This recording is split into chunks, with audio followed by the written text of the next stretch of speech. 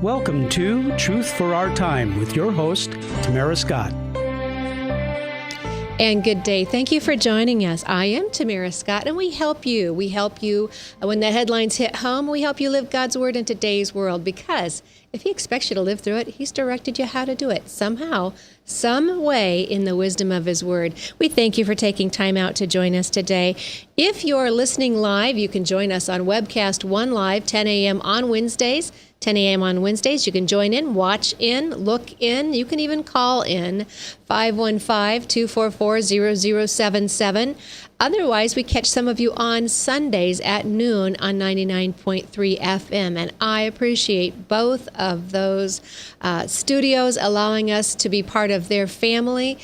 Both the Webcast 1 Live, Mac, thank you for sharing the air with me, and 99.3. What an honor to be on that studio with some of the other teachers and preachers and just truth tellers that are there. So it's my pleasure. So thank you for listening in. If there's ever a show where you want to catch that, you missed the original, or you heard about it, or you want to forward it to a friend, we have those at tamarascott.com. tamarascott.com. You can find the archives there. Today, my guest is Bill Northey. Bill Northey is the Secretary of Agriculture here in Iowa. We're going to be talking about a variety of topics, from the lawsuit between Waterworks, Des Moines Waterworks, and they've isolated 3 counties as the guilty party. I don't know how that happens. Maybe we'll find out today. Also, we'll talk about some of the other issues, whether it's bird flu or the avian flu, whatever you want to call it, and issues impacting us as I guess I still think of us as an agricultural state. We have a lot of other wonderful industries and economies in Iowa, but I still think of us as an agricultural state. So for those of you like me who might have grown up in town, we were the townies at the school. That's what they called us, not the bus kids, the townie kids. So you might learn some things like I will, talking with our wonderful Secretary of Agriculture, Bill Northey. But I have a couple announcements first I need to make. We need to thank our sponsors, Crave, Christians Reviving American Values Every Day. Christians Reviving American Values Every Day, or ChristiansForAmerica.com is where you can find them on the website. We thank them just for their partnership with us and their trust and their support as we started this journey on air. We just appreciate the work that they're doing. Other announcements, I need to let you know, next week, the 27th is a Wednesday, at 12:30 p.m., there'll be a press conference at the Airport Holiday Inn with a new group called U.S. PI, U.S. Parents Involved in Education. There is a novel idea, right? U.S. Parents Involved in Education. And they have a new program they're starting called Stop Fed Ed. Not FedEx, that's another company, a whole other thing. Stop Fed Ed. The intrusion of the federal government. We've seen it so much with Common Core, with the testing, the PARC testing and the SBAC testing that we're dealing with right here in Iowa. I attended a hearing before the session started that Friday. I think it was the 3rd or the 4th before the session started. We are dealing with these intrusions right here in Iowa, and Peg Luxick, Dr. Peg Luxick, will be here to talk about that at the conference, and then she'll give a little mini seminar right afterwards for those of you who can attend. So we'd love to have you come, free of charge, no cost, Airport Holiday Inn, right across from the airport on Fleur Drive. Join us at 12:30 and just learn a little bit about what you need to know about what's happening and impacting your kids. This actually will fit what we're going to talk about today, the cost of overregulation. This is exactly what this is. It's intrusion into your local control. You lose your local control, data issues, data collection issues. All of these things come into play with this SBAC, and there's now a lawsuit. 2 moms in Missouri are filing a lawsuit, I think, against the SBAC Corporation, the fact that they are being forced to be part of something because other states are doing it. And they've been given the go-ahead from a judge to move forward with that lawsuit. So we'll be talking about that more. And Michelle Crystal is warning us, as just a mom on the ground, to pull your kids out. You can opt your kids out of these intrusive tests. Understand, some of these tests take more time than the Bar Association, the bar exam. Think that through.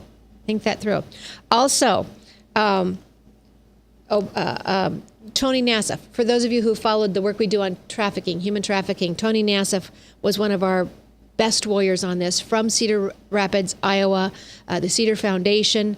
He's had conferences across the nation and had invited me to speak across the nation with them. And we lost Tony just a week ago, just health issues. And that's a real blow to us in the trafficking fight. And we are going to pray for Tony's family, and we will continue the work. We'll continue the march on to free all. Trafficking is one of the main issues in America today. We think slavery is done in the way that many know about it and learned about it in school, but human trafficking and human slavery is now going on full force right in this nation, more than you'd think. Okay, now we're going to jump to our guest today, Bill Northey. Thank you for joining me. You bet. Thank you for the invitation, Tamara. You have been Secretary of Ag, is it 2007. I was elected in 2006, so this is my 10th year as Secretary of Ag here in Iowa. You are doing a great job. Oh, thank you. It doesn't seem to be a partisan office like so many other offices. Yeah. And people are just very pleased with your work. I think probably you come to the office with a point of view that's reflective of your party and your politics, but for the most part, agriculture is very, as you say, nonpartisan, where we work across the aisle with legislators, we work across the aisle, we have farmers that are Republicans, Democrats, Independents, and folks that wouldn't have anything to do with politics at all. And we need to work with all of them. You do. And so as I said, I'm not a ag kid, though I have great respect for it, just like I'm not a military kid. My hair would have never made it through boot camp, but I have great respect for my military. So here in Iowa, sometimes it frustrates me when I see politicians and candidates. It's almost like we have big city envy and we're chasing all of the metropolitan areas. We feed the world. Am I right in that? We really do. An amazing, productive machine here in Iowa with the individual farmers out there across the counties. We produce. We had our best corn crop we've ever had this last year. Really? And our best yield. So we measure yield in bushels per acre, 192 bushels per acre. Amazing numbers. Total production, top producing state. We've actually been the top corn producing state for 22 years in a row, 37 of the last 38 years. And even when we look at that, I think one of the most amazing statistics is if we only have 3 countries in the world that produce more corn than Iowa does. That's the U.S., China, and Brazil. And all those other countries that produce a lot of corn, from South Africa to Argentina to Ukraine, none of those produce as much. Actually, the whole EU together produces a little bit less than the state of Iowa produces. And on the soybean side as well, we only have 3 countries that produce more soybeans than Iowa. We regained that number 1 spot in the state. Last 2 years, Illinois has been that number 1 producer. We've been number 1 20 of the last 25 years. But the U.S., Brazil, and Argentina produce more soybeans than Iowa. I used to say 4 countries because it used to be that China produced more soybeans than Iowa. That's where soybeans came from.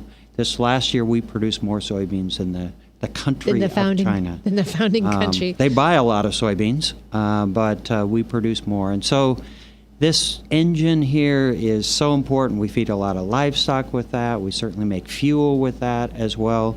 That drives a lot of the other businesses in Iowa that don't necessarily even think of themselves as agriculture. Obviously, right. John Deere does and Pioneer does, but some of our insurance companies and our banks that handle a lot of the finances that are going back and forth and the payments and insuring the assets that are out there, the multi-billion dollars worth of assets that are out there. It is a huge driver economically in Iowa.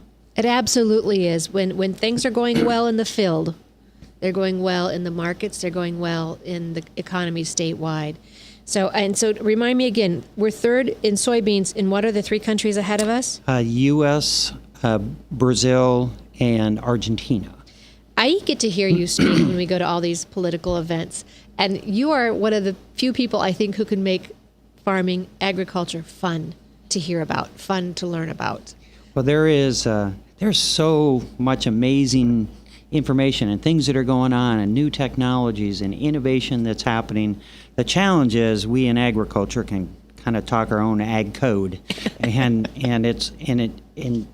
once it's very easy to lose people in all that, or get excited about something that only farmers get excited about, and not be able to talk to others in Iowa about the neat things that are happening, from tractors that drive with GPS to new efforts around soil health and understanding how we make more biological activity in that soil and build organic matter. And we got a lot of things going, and I'd argue because Iowa is kind of the center of a lot of that production, we get some of that innovation here faster than other places get it, in part because if they can get 5% of the Iowa market, that's sometimes sometimes bigger than 20% of somebody else's market. And we have innovative producers, and we have folks that will engage.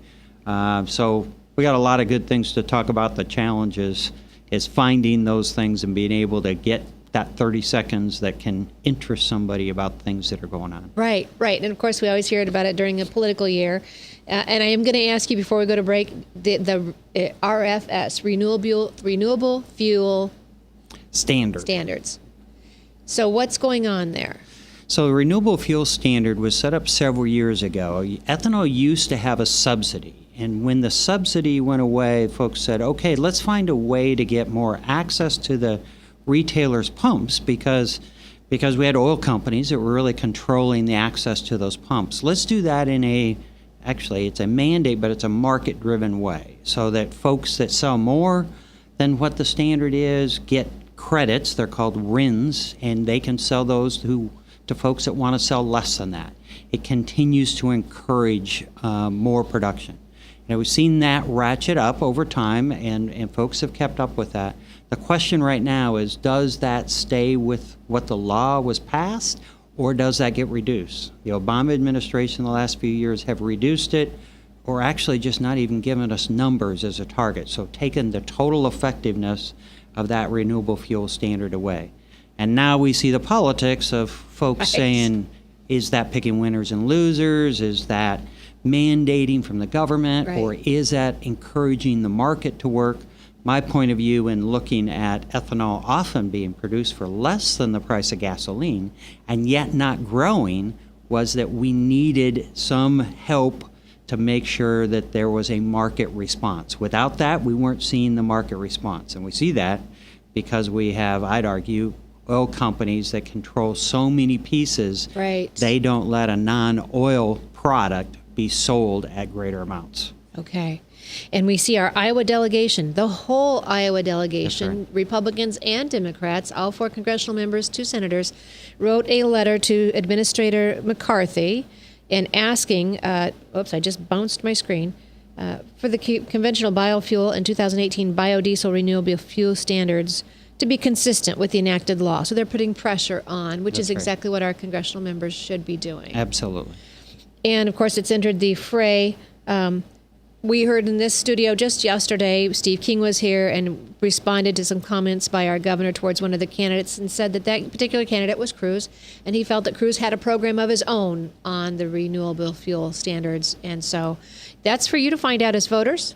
You need to get involved. You need to figure it out. You need to ask the questions. Look on their websites. Just do a search. You'll find articles. You'll find information about it. Anything more on that topic before we go on? You know, Iowa Renewables Fuels was in town yesterday. I talked with Steve some there, and he has been a huge defender of the renewable fuel standard and the ethanol industry. And he really does believe that Senator Cruz has plans of how to do this beyond the renewable fuel standard, and argues that others don't. Others will say, well, right now the game in town is the renewable fuel standard, and that's what he should be supported. So there's a tension. It's hard to delve down into that. I think at the end of the day, we want folks to give ethanol a chance to play a greater role in the future.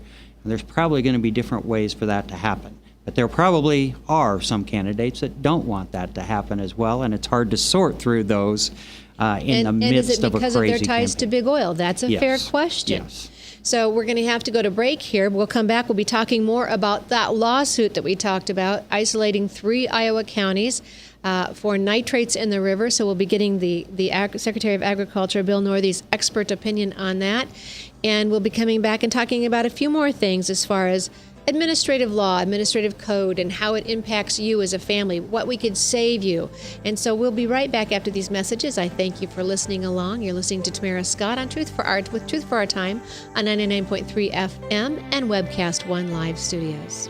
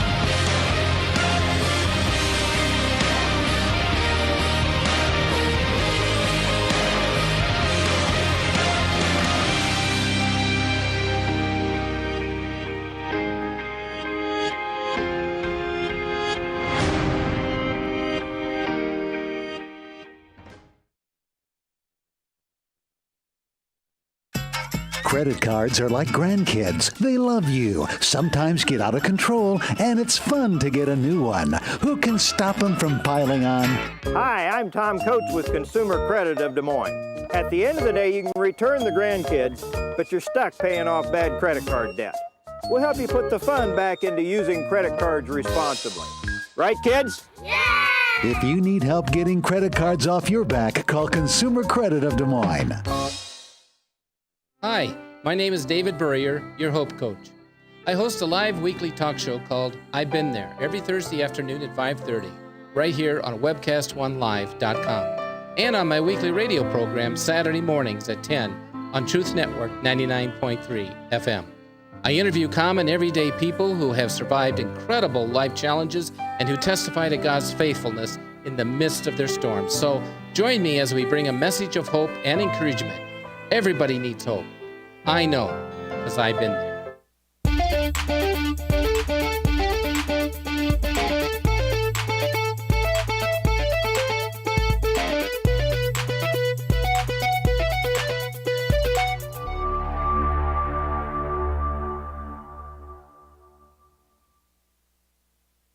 Rockton Prevention is celebrating 25 years of creating a caring community. We want to say thank you to the tens of thousands of Rock High School mentors that have carried our message of health, love, and encouragement to over 1.5 million children, teachers, and parents. Our mentors teach children methods and skills to prevent bullying and drug use. Thank you to all the school administrators, teachers, and counselors for the opportunity to serve you. Rock on, fair citizens, rock on! This is Pat McManus for Rockton Prevention, the Richard O. Jacobson Foundation, and this station. From the RE/MAX Real Estate Concept Studios, this is Webcast One Live. Welcome back to Truth for Our Time with your host, Tamara Scott. And thank you for staying with us. I am Tamara Scott. We're here with Truth for Our Time, helping you when the headlines hit home, living God's Word in today's world. Encourage a Legislator is a program that the Concerned Women for America have done since 1990s. I don't know if it was 98 or 99. I think Iowa was the first state to do this. Kim Lehman was the state director of Concerned Women for America at the time. And they have now fashioned this across the nation. States do it all over. But what it is, it started out encourage a legislator. Then we changed it to encourage a leader. And so it's the EAL program. If you want to take part in this, we would ask you to call the Encourage a Legislator office at the CWA office, 515-259-0087, 259-0087. Have to look and make sure I get the right number there. And what it is, it's very simple. 1 Timothy 2:1 and 2 tells you to pray for those in leadership. Pray for your government. This is the easiest, most efficient way you can do that, and it's fairly inexpensive as well. It comes with a packet of 16 pre-printed postcards, and on those postcards are quotes from your founding fathers affirming our Christian heritage as a nation, and a scripture verse to encourage them in their work.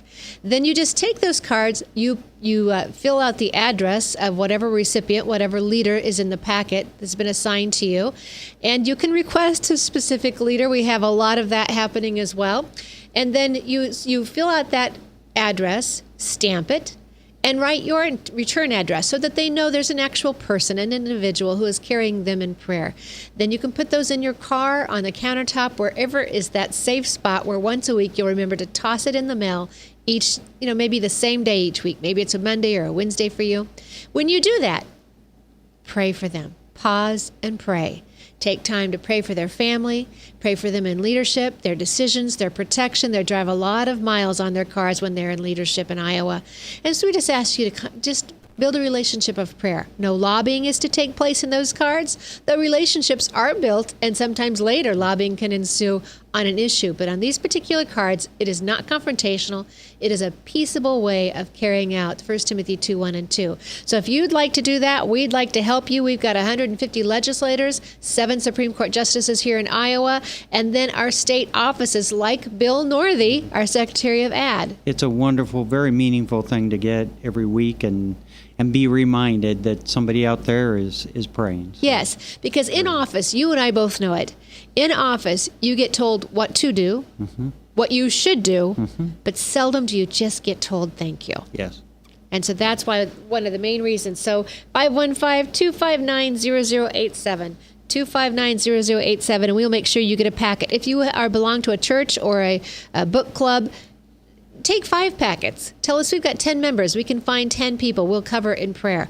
Let us know. We'd love to have all of those distributed by the end of January so everyone is covered in the legislature for their prayers. Okay, Bill Northey, I want to get to this lawsuit. Okay. Des Moines Waterworks is not a part of the government. Is it a private entity? It really is. It's the membership is appointed by, or the board membership is appointed by the Des Moines City Council and Des Moines Mayor, but it is a standalone agency, so they don't have authority over that. The board itself has that authority.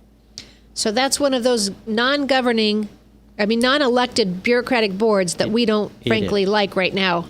And there are folks that are talking about changing that. Right now, for example, if you're not in Des Moines, you don't have any board representation at all, and you get told what your charges will be to your homeowners or businesses within your jurisdiction. So there's about 500,000 folks that are served by Des Moines Waterworks.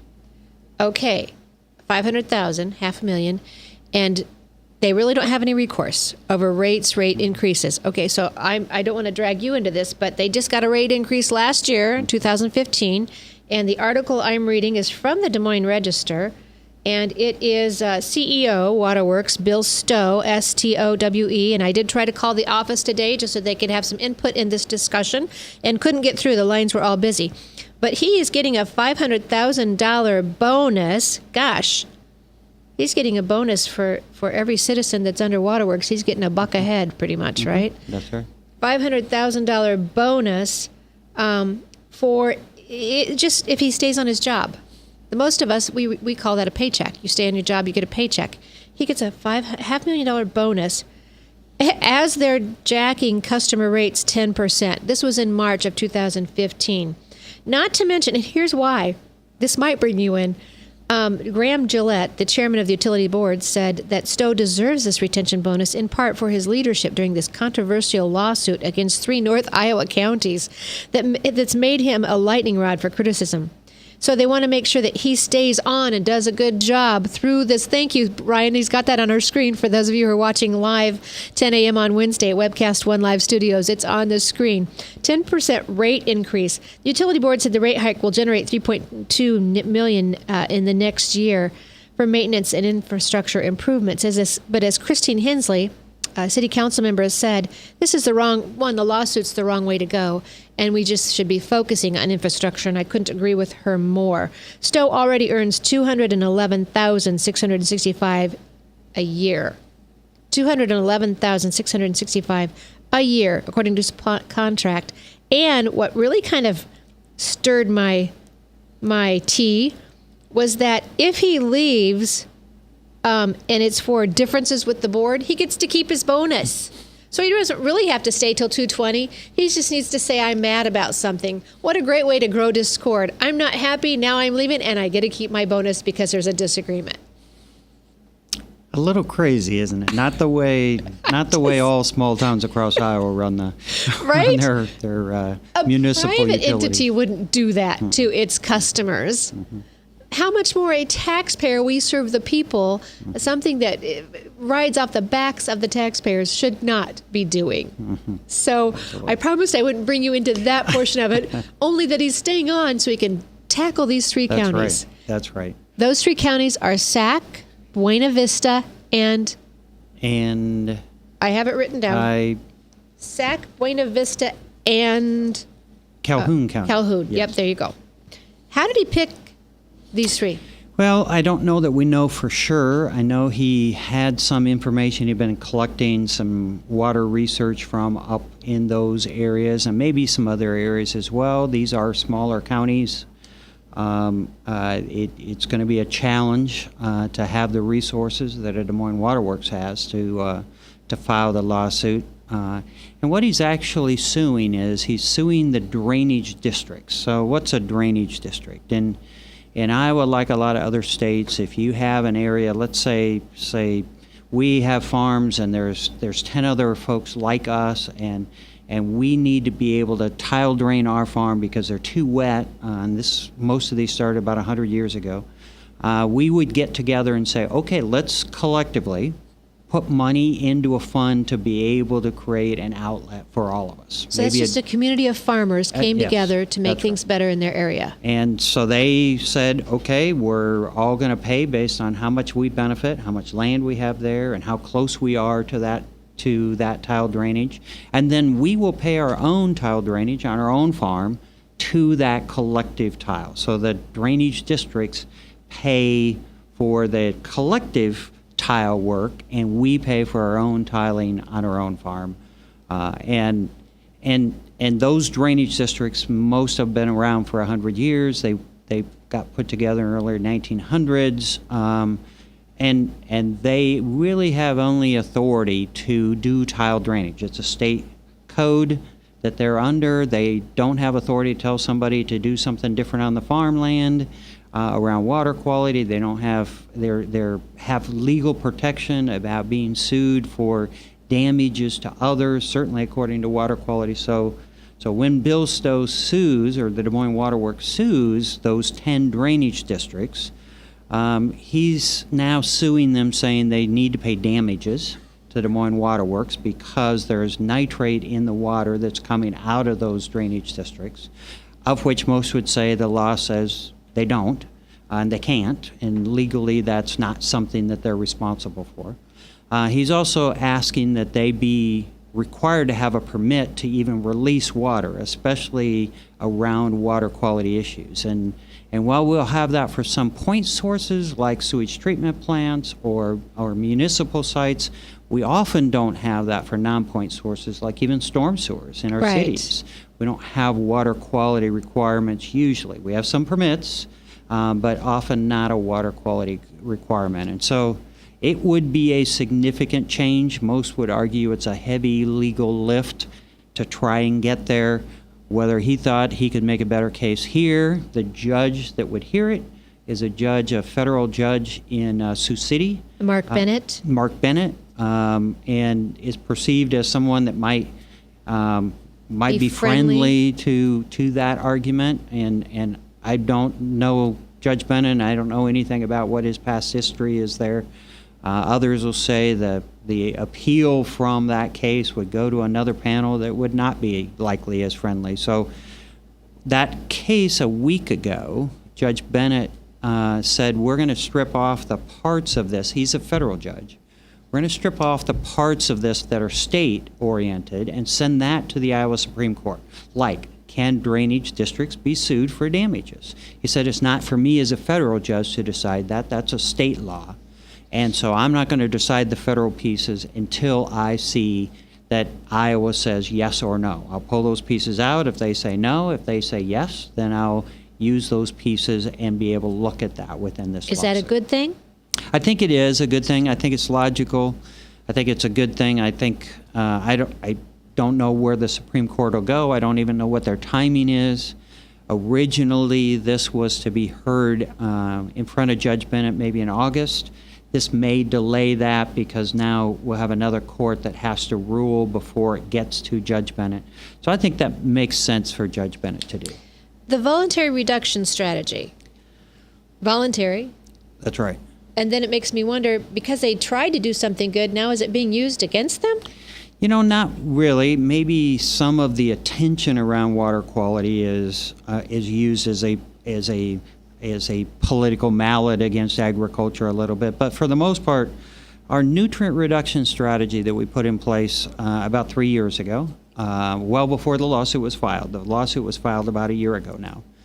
3 years ago was we sat down with Iowa State University with 25 scientists and say, what can farmers do on their farm to lessen the loss of nitrogen and phosphorus off your farm? And nitrogen and phosphorus are different. They act differently. Nitrogen will often be captured in water itself as it percolates through the soil. I talked about this highly productive soil we have here. It has organic matter in it, former plant material that is wonderful to grow crops in. That's what makes it black and beautiful and grows great crops. And as the water goes down through that soil, it'll pick up small amounts of nitrogen. When it hits a tile line, or if there's no tile at all there and it drains away, it'll carry a little bit of that nitrogen with it. Now, some folks want to say, well, this is just fertilizer nitrogen, because they hear we put fertilizer on crops, and we do, and some of it could be. Some of it's also last year's organic matter from the crops last year. Some of it's the long-term organic matter that's there. Rain has nitrates in it as well. I've heard that the more lightning in a storm, the more nitrate. Right. That's right. Now, probably not at levels that affect a health concern. So the levels that Des Moines Water Works has to reduce to is 10 parts per million. That's the federal requirement on the amount of nitrates that's there. Okay, I'm going to hold you there. Okay. We've got to go to break. Stay tuned, because there's more information coming on this, and this will impact you. If the states, counties get sued, it's going to impact all of us. It's intrusive regulation, and we fight that on this show. Stay tuned. We'll be right back. From the RE/MAX Real Estate Concept Studios, this is Webcast One Live. I'm Brian Leach, owner of Service Legends, and my position is Chief Talent Officer. I'm Nicholas Wonderscheid. I am Bernie Hobbs. And I'm the Service Manager. Marketing Director and Client Relations Manager. Everything that we do is about ensuring that we exceed your expectations. Our clients are important to us. 100% satisfaction. We're not just focused on heating and cooling. That's the easiest part of our job, actually, is fixing furnaces and air conditioners. Everyone that we come in touch with, we want to improve lives. Bottom line is, we've got our installation guarantees, 25% energy savings guarantee, comfort guarantee, temperature selection guarantee, property protection guarantee. 100% satisfaction guaranteed, fixed rate or it's free. All of those guarantees are backed up with a 100% money-back guarantee to hold ourselves accountable to making sure that you get what you're after. Just fixing the problem today. If they have another problem 5 days down the road, it's still fixed rate or it's free. We use what's called straightforward pricing. Our technicians are going to give you an exact to-the-penny price on what it's going to take before they move forward with any repair. That way you know what to expect. It's the same price every day. No surprises. If you get off work at 5 o'clock in the afternoon, you come home, you realize that, oh, my furnace is broken. Now you need to call somebody out that night. You shouldn't have to pay more for that. We're guaranteeing service 24/7. We run afternoons, evenings, nights, weekends. We're staffed to work that. Phone rings at 3 in the morning. You'll get one of our representatives answering the phone every time. We're not sending you out to Timbuktu in some call center. It's our Service Legend team members, our mission control team. I'll take a call anytime. And then they answer the phones the same way during the day as they do at night. It's a great day at your service company. How can we make you smile? That's the only way to provide true 24-hour service. When you're able to let somebody actually live in their home safely, when they weren't able to do that before, where they don't have to stay up at night and worry about, is the heat going to come back on? Are we going to freeze the pipes? Is the baby in the room next door going to be sick because they got too cold? When you're able to help somebody overcome challenges like that, that's impacting a life. That makes a difference. I get goosebumps thinking about it. I love the team. I love the people that I work with. We have fun, but we work hard. I call them my ambassadors of legendary service. If you could just envision what that is, that's who we're sending to your home. They literally will call in, pick up the phone and call and say, hey, I want to talk to your manager. And I get on the phone, they're like, that technician that was at my house was the greatest technician ever. That's cool to me. We want to brighten people's days. Every person that we have going into the house has gone through an extensive background check. Drug testing, we have a very thorough interview process that 1 out of 140 people make it through. If we promise you something, that's what you're going to get, no matter what. We're here when you need us to protect the safety and comfort of your family. If you're not happy, we're going to make it right. If we're willing to put 100% money back guarantee on what we do, what type of work do you think we do? Give us a call. We're there for you 24/7, 365 days a year. Enough said.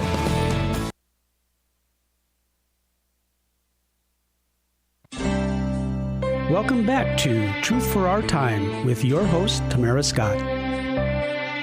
And thanks for staying with us. I am Tamara Scott. You're listening to Truth for Our Time. If you want archives of the show, you can go to tamarascott.com, and we thank 99.3 FM, Webcast One Live, for sharing the air with us. We're talking with Bill Northey, Secretary of Agriculture here in Iowa. Iowa being one of the premier states as far as feeding the world. Mm-hmm. And here we are dealing with one of our own, frankly. I don't care what side of the aisle you're on politically, one of our own attacking the farm industry. And Bill, I can't imagine. These farmers have kids, grandkids in the communities. They are all about protecting the water. Nobody is being risked. This isn't a spill where you can trace it back to a farm. That's right. That's right. This is... And there are occasions that happens. If you have a livestock spill or some other spill, folks in agriculture are every bit about stopping that and making sure that people are penalized if something negligent has happened. What we're talking about is what's called non-point, meaning there is no place, no single situation that caused that to happen. It is partly a natural process of water moving through the soil that'll pick up nitrogen. Now, we all believe there are pieces that we can do better, and then the argument comes down, are we going to do that better with a non-regulatory approach, a voluntary approach, or a regulatory approach? I argue a non-regulatory approach is going to be vastly superior. Because we have farmers that will engage, we have technology that will improve. If you try and put a regulation in place on 23 million acres that all look different out there with farmers that have different resources and different rotations, and some have livestock and some of them don't. Sometimes they're part-time, sometimes they're brand new farmers. You end up with regulation as a very blunt instrument that treats everybody the same and doesn't address the issue in the most efficient way. We want to engage producers, and we want to innovate, and we want people to come up with those next generation solutions that are going to be a part of the solution 10 and 15 years from now. In a way that doesn't stop those in the business from continuing on. You don't want to prohibit young farmers from starting out or scare people with these tactics right out of the food providing business. This is just a dangerous precedent.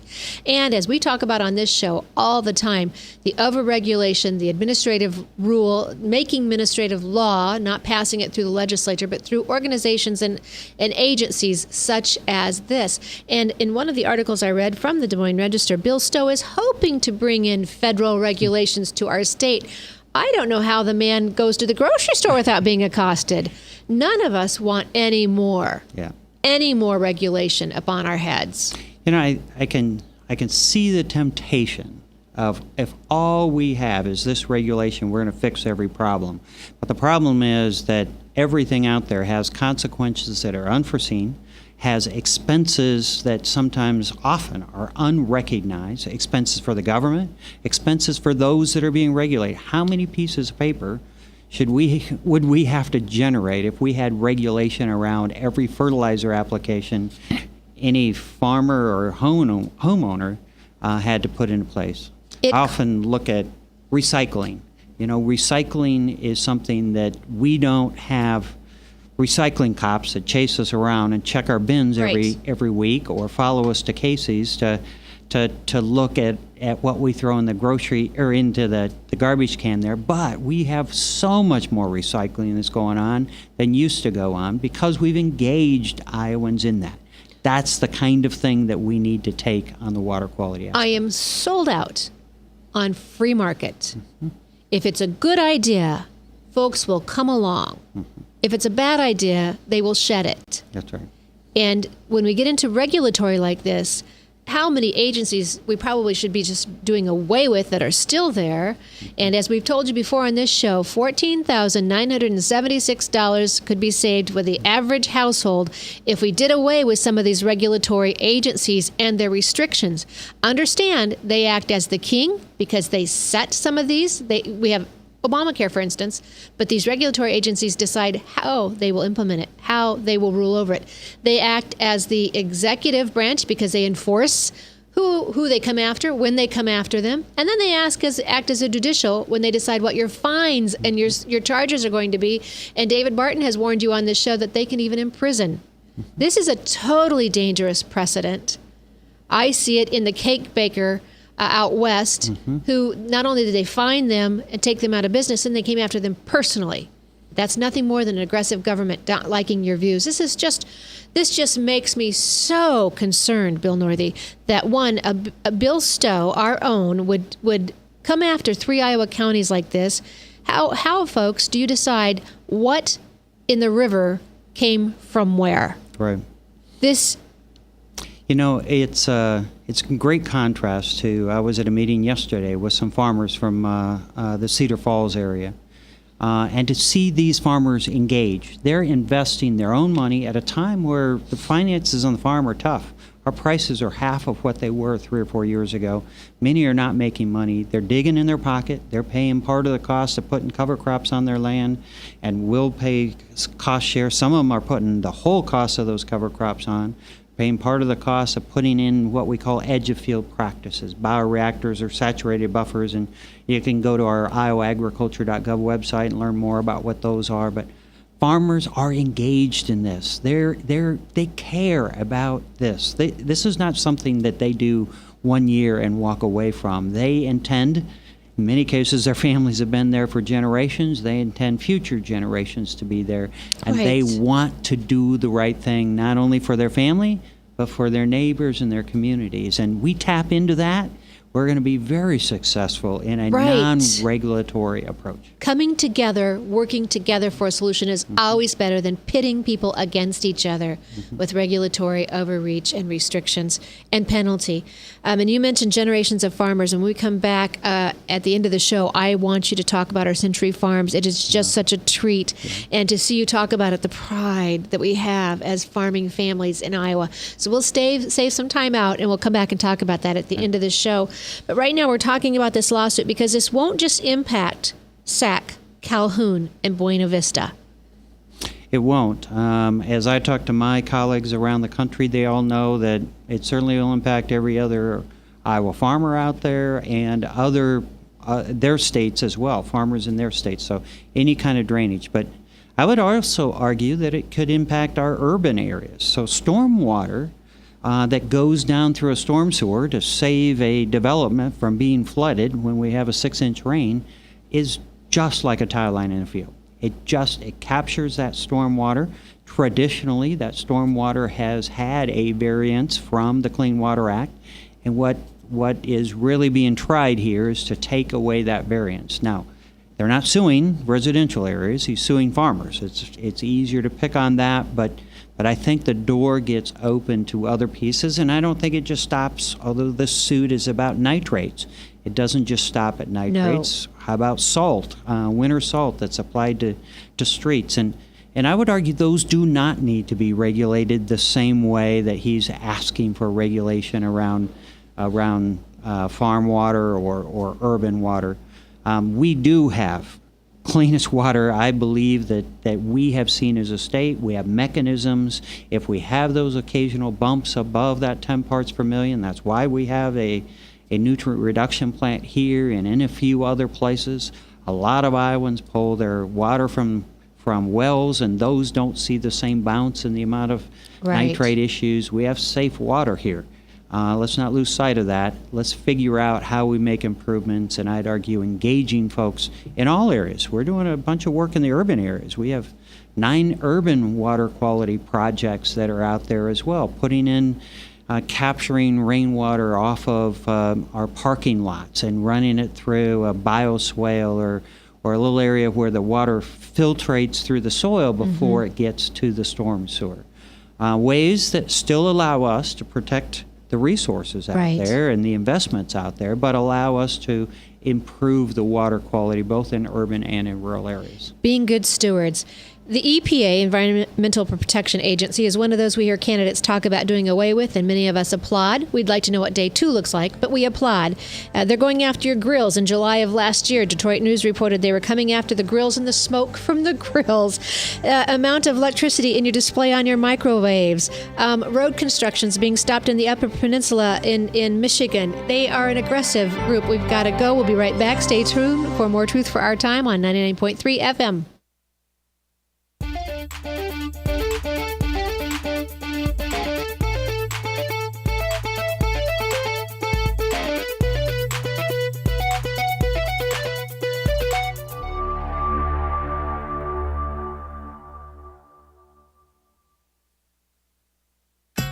Credit cards are like grandkids. They love you, sometimes get out of control, and it's fun to get a new one. Who can stop them from piling on?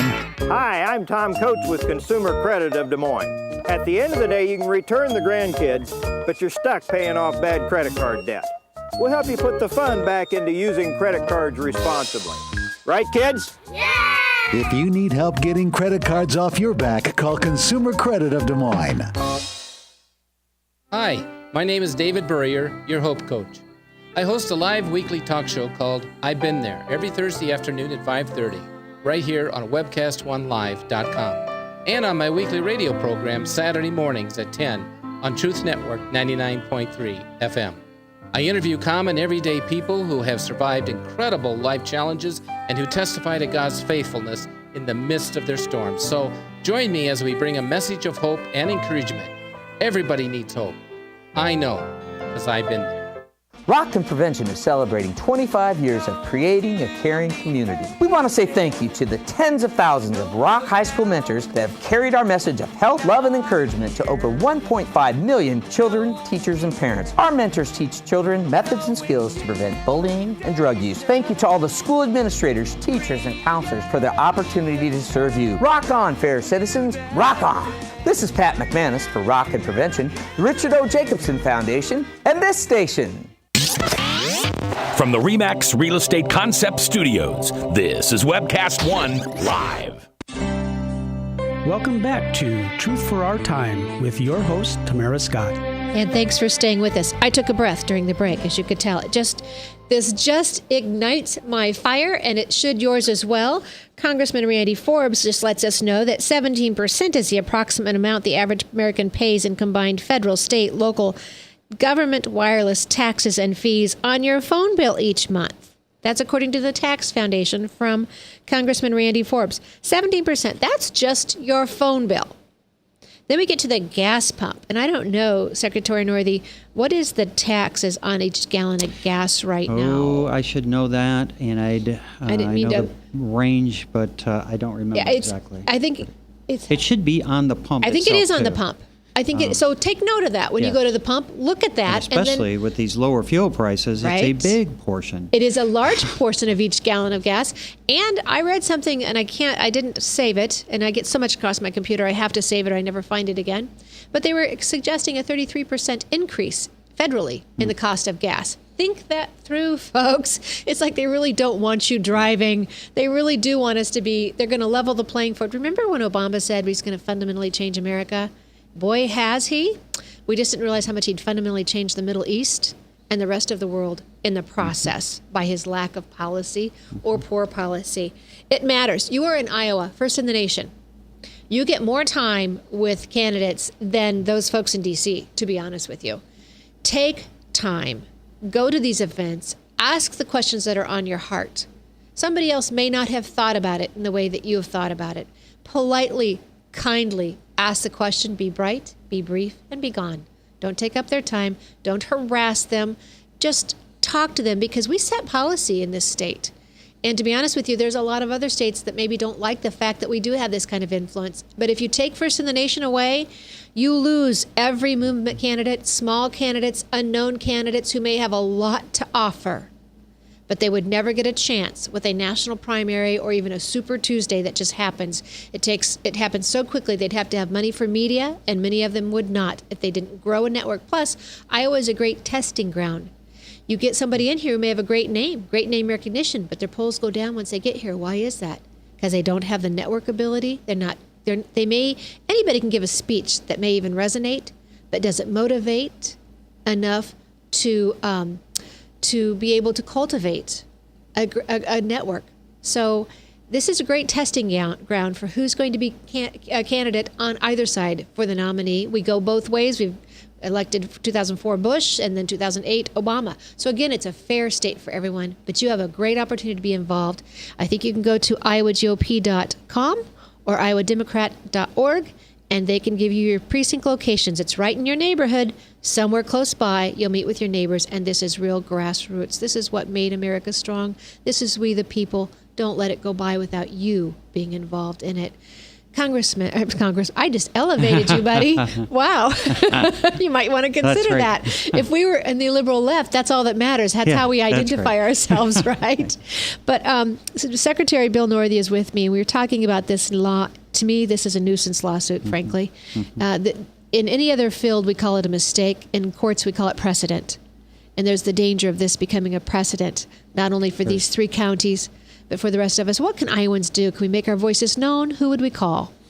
You know, I think certainly legislators are looking at this. They're looking at how even we structure government entities like a Des Moines Water Works. Are there laws that should be different in what liability there is? Is there a way to protect farmers or drainage districts from these kinds of suits, or the suits that would be generated by whatever a decision of a judge ends up being? So there's several different ways there.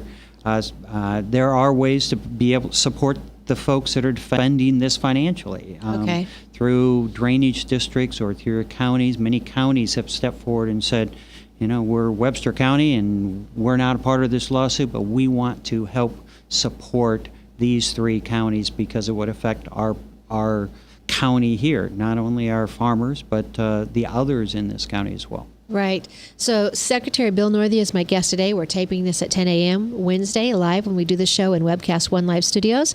You'll get to hear it on 99.3 FM, and it will be on tamarascott.com archives. Secretary Northey, I get to hear you speak across the state, and one of the things I think you really enjoy doing, at least I see the pride in your face for the families in Iowa when we get to the Century Farms. Really just love that. We have such a tradition of farming. We talked about it today, but we have folks that have farmed this, a farm for 100 years or 150 years, and we celebrate those at the State Fair. We gave out 366 Century Farm Awards, meaning were awards to families that had the farm in the family, obviously multiple generations by the time it gets to 100 years. Folks come around for that. They're excited as can be. We had one of the folks that came across the stage that I think I had 6 of their family members mention it before the guy in the wheelchair comes up, and he said, Grandpa had a brain surgery on Sunday, and it's Thursday, and he was going to be here. He was determined to be here. And he came up with the biggest smile on his face, and he said, there's no way they're keeping me in the hospital for this. And that's what it means to folks. We gave out 101 what we call Heritage Farm Awards. That means the farm has been in the same family for 150 years. So since the Civil War. That was just what we did this year. We give about those same numbers every year. I'm sure this next year will be the same. And if you're at the State Fair on Thursday this last year, and I assume this next year, we did it in the show pavilion, come. You'll just see a lot of tears and hugging. I'll bet it's tear-filled. And it's Iowa, you'll know somebody, right? Even though you don't know that you know anybody there, you may even be related to somebody that's there. But it's my favorite day of the year, and you can just, it's really who Iowa is. And those are the kinds of the folks that are going to make the difference and create the generational change. They don't need to be sued to do that. They just need to be empowered to do that. Exactly. Again, I see it in your face here, and I'm getting teary-eyed in the studio, but this is what makes Iowa so precious. When these candidates come into the state, these aren't folks who are moving from city to city for mobile upward on a career ladder. These are families who are invested in their communities. The same folks, when I go to county to county, I'll say, how long have you lived here? 70, 60, the newbies will be 25 years. These are people who are invested, and it says a lot about Iowa character when you've lived so long in a community that people are still doing business with you 2 generations, 3 generations. Your character is noble. That's what you're known for in Iowa. It's just a great state, isn't it, Bill? It really is. You have folks that are, on their school boards, and they're at their churches, and 4th generation church members, with their cousins, and they have been going as a family to the same Thanksgiving gathering for generations, but now it's so big they got to have it at the golf course. Right. They can't just have it in the church basement anymore. And we need to tap into that. We need to be reminded of that, and hopefully that overwhelms some of the government influence coming from outside, but we also need to make sure that we are doing everything we can to protect that and that opportunity for the next generation to get to experience the same thing.